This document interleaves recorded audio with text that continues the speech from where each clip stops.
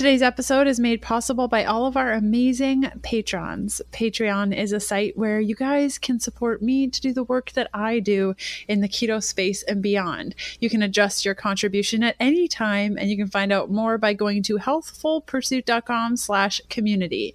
Hey guys, it's Leanne from Healthful Pursuit, and this is another mini-sode of the Keto Diet Podcast. I'm really enjoying these mini-sodes. I hope you guys are too.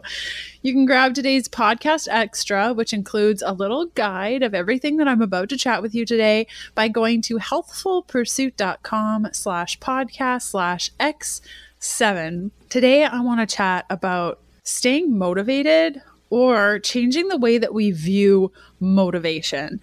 And I was sitting in bed late at night trying to sleep, also on YouTube, which is like the biggest mistake. If you need to sleep, don't go on your phone because that will not help you sleep.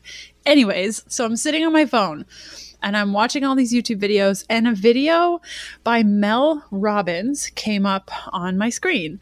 And I watched this video and I was like, oh my gosh, this woman, she's brilliant. Who is this?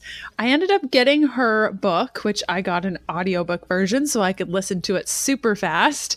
And the book title is The 5-Second Rule: Transform Your Life, Work, and Confidence with Everyday Courage. It's a great book. I highly recommend it. I'm going to put it in the show notes today if you want to check it out. But the premise was, you know, when you go to bed every night and you're like, tomorrow's going to be a better day and I'm going to change this and this and the other thing. And then tomorrow rolls around and you don't change anything. Or when you feel like you just need motivation to change something, and because you don't have the motivation, you can't actually change it. Well, Mel Robbins says that this just isn't true, and is actually those huge, incredible ideas of what you want to do, but you think that you don't have the motivation to do it, therefore you can't, is completely wrong. So what I love about this concept is that it's telling us that we're really not designed to do things that are uncomfortable, scary, or difficult. Think back to all the things you want to do, or those things that you know will make your life better, but you just don't do them. Like for me, it's waking up and doing yoga every day. It legit takes 30 minutes. I could even do yoga for 15 minutes, and I choose not to do it. Why? Because it makes me uncomfortable. It is scary. It is difficult, it is different, and my brain doesn't like that. And your brain doesn't like those uncomfortable, scary, difficult moments. And our nature is to protect us from feeling these things. So it's really nice to know that it's not just us, or in fact me, struggling with these things of knowing, like, there's about 5 things that I knew that if I did every day, my life would be better, but I choose not to do them. And it's very much a choice. And you might be asking yourself, like, why is it so hard for me to do these little things that I know would improve my life? And the fact is that your mind is designed to stop you from doing anything that may hurt you. And those changes or adjustments to your life is perceived to be stressful, scary, difficult, uncomfortable, and the brain doesn't want you to experience that, so it pulls away. So this habit of hesitating, do you know when like you have this really crazy idea and then 5 seconds later, not even 5 seconds, like 2 seconds later, you're like, nope, not doing it.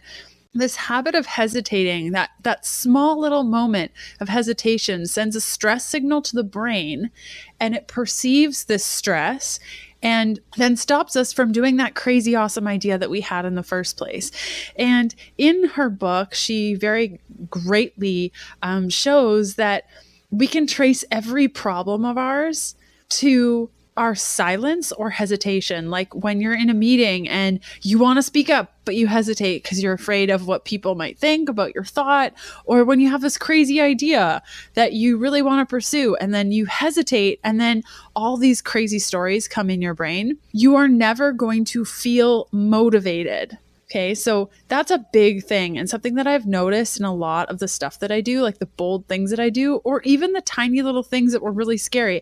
I'm never actually motivated to do them. It's almost like ripping off a Band-Aid. I just have to go like, okay, 5, 4, 3, 2, 1, rip, and just do it and stop waiting for motivation to come, because it's not going to come. So while listening to this video and soaking up the audiobook, it really got to me of like, I'm one decision away from a different job, from a different relationship with my husband, from a different eating style. 1 second. It's just one decision that I can make. And I would urge you, I've been inspired by reading this book. I would urge you to ask yourself, where is fear making the decisions for you in your life? And a big thing, and I've started to do this after reading this book, is counting down from 5 to eliminate hesitation. So in order to get out of your head and stop this rigmarole from happening of like, I want to do this crazy thing, you hesitate, then all these stories come in, fear comes in, you stop doing that thing, even though you know that if you did that thing, you'd be a happier person.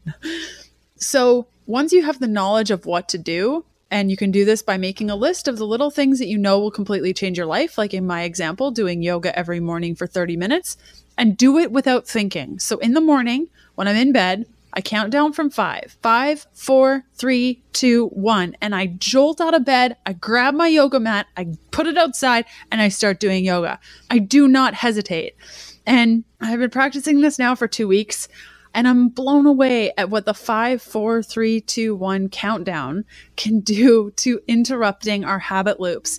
So while we're counting down from 5, we're interrupting self-doubt, desire, procrastination, and it prompts you to move. So that's my tip for today's mini-sode. Count down from 5, 4, 3, 2, 1, and jolt into that thing that you want to do. It stops you from being able to hesitate. And if you want to dig deeper into this work, Mel did such a great job at outlining this in her book, which I'll include a link in the show notes.